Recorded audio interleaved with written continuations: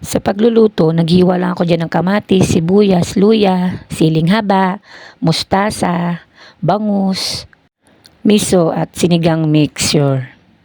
And then, pinainit ko lang yung kawali. Nung mainit na yung kawali, niligay ko na rin yung mantika. Unahan ko na po kayo mga sisters ko ha, hindi po ako eksperto sa pagluluto. Sinunod ko lang kung ano yung sinabi ni Dada Bin. Kung may mali po sa paraan ng pagluluto ko, sorry na po agad. Kung may sariling version po kayo sa pagluluto, meron din po kami. So yun na nga, ang dami ko na sinabi. Nang mailagay ko yung mantika, ginisa ko na rin yung kamatis, sibuyas, luya. And then, ginisa ko na rin yung miso. Pagkatapos nyan, dinagdag ako ng konting mantika kasi medyo natuyo. And then, yung okay na yung kamatis, sibuyas, miso, iniligay ko na rin yung bangus.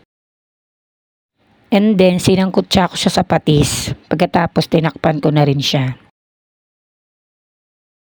Pagkatapos, inilipat ko siya sa kasirola kasi hindi siya kasya pag nilagyan ng tubig. Dun sa kawaling pinagisahan ko kanina, dun ako naglagay ng tubig. Para may dagdag lasa ba? Bago ko nilagay yung tubig, naglagay muna ako ng paunang lasa tulad ng paminta, konting betchin at konting asin.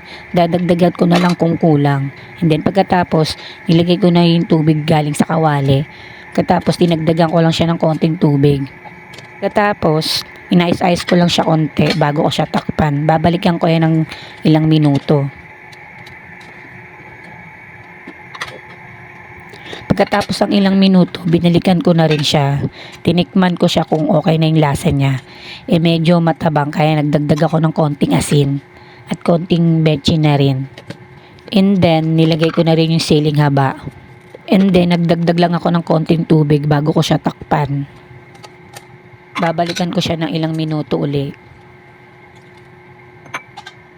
Pagkatapos ng ilang minuto, binalikan ko na rin siya. Tinignan ko. And then, nilagay ko na rin yung sinigang mixture niya. And then, maya-maya, nilagay ko na rin yung mustasa. Pagkatapos nito, tatakpan ko lang siya saglit at okay na siya. Makalipas ng 100 years, luto na ang sinigang na bangus sa miso. Hindi ko kayo patatakamin for today's video. Charis lang. Kain po tayo mga sisters ko. So yun lang muna. Salamat! Baboy po!